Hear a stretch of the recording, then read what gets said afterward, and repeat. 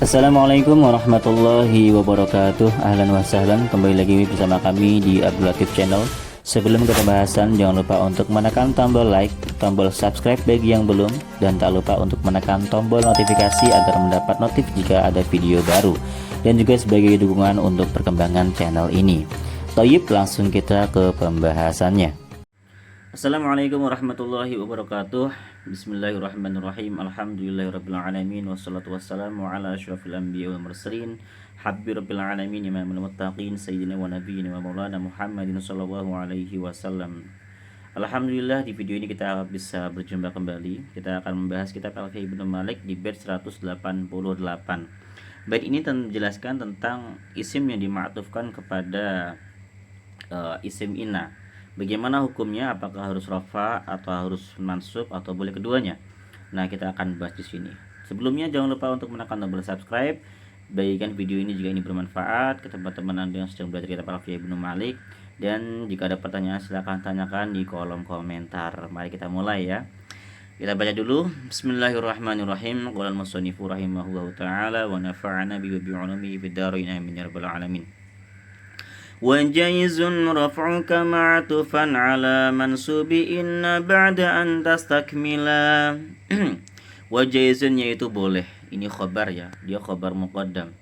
Yaitu boleh. Raf'uka adapun merofakkannya kamu ma'tufan terhadap isim yang diatofkan ala mansubi inna kepada isim yang dinasabkan oleh inna. Ba'da an tastakmila setelah sempurna jumlah inna tersebut. Jadi kamu boleh merofakkan isim yang diatafkan kepada isim inna ya. Boleh merofakkan isim yang diatafkan kepada isimnya inna setelah jumlahnya selesai. Artinya ketika ada isim setelah khobar dia diatafkan kepada isimnya inna, maka boleh dirofakkan. Itu kata Imam Ibnu Malik. Nah, untuk lebih detailnya kita akan membaca syarah Ibnu Aqil ya. Bismillahirrahmanirrahim. Ay idza ata ba'da ismi inna wa khabariha bi'atifin. Apabila datang setelah isimnya inna dan khabar inna bi'atifin dengan ataf. Di sini harusnya utiya ya, ini keliru nih harakatnya dia. Jadi idza utiya apabila didatangkan gitu. Apabila didatangkan setelah isim inna dan khabarnya, didatangkan apa? Didatangkan huruf ataf.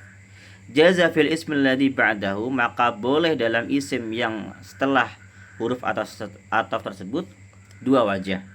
Jadi isim yang setelah huruf ataf itu bisa dua wajah, dua rupa. Ahaduhuma yang pertama adalah an-nasbu nasab. Atfan dengan mengatafkannya ala ismina kepada isimnya inna. Contoh, inna Zaidan qa'imun wa Amron. Sesungguhnya Zaid itu berdiri wa Amron dan Umar. Nah, di sini ini wawu ataf, kemudian ini ma'tuf ya. Ini diatafkan kepada Zaid. Maka Amron ini boleh mansub. Yang kedua, ar-raf'u boleh rafa' juga. Contoh, inna Zaidan qa'imun wa Amron. Sesungguhnya Zaid itu berdiri wa Amron dan juga Amr juga berdiri. Nah, di sini Amr diatafkan kemana? Nah, kita akan jelasannya. Lihat penjelasannya. Wa ikhtulifa fih, diperselisihkan dalam rafa'nya ma'tuf ini.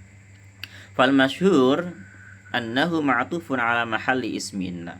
Yang pendapat yang terkenal itu adalah dia diatafkan kepada tempatnya isim inna.